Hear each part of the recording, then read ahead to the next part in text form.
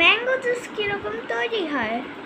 সবার প্রথমে দেখুন, আম গাছ থেকে প্রথমে আম পেড়ে নেয়, তারপর ঝুড়িতে রেখে নেয়, তারপরে বোতল টকিয়ে বোতলটা একটা মেশিনে দিয়ে গলিয়ে নেয়, তারপর এটার মধ্যে বিভিন্ন রকমের কেমিক্যাল দেয়, তারপরে ছাঁচের মধ্যে ওই লিকুইডগুলো দিয়ে দেয়। পরে গ্রিন কালার দিয়েছিল, এই গ্রিন কালারের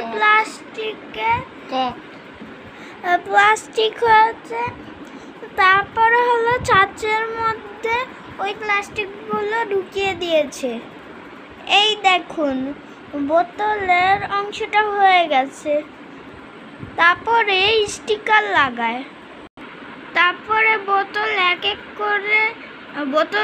এক এক করে ঢাকনা লাগিয়ে নেয়, তারপরে ম্যাঙ্গোগুলো জুস বানিয়ে নেয় ব্লেন্ডারে করে, তারপরে জুস বোতলে ঢালে একটা ছাঁকনি দিয়ে। তারপরে এই দেখুন এগুলা বক্সের মধ্যে পুরে, তারপরে দেখুন অনেকগুলো বক্স হয়ে গেছে। এখন এক একটা বক্স গাড়িতে দিচ্ছে। এখন গাড়িটা যাচ্ছে বিভিন্ন দোকানে ওই ম্যাঙ্গো জুসের বক্সগুলো রেখে দিয়ে আসতে।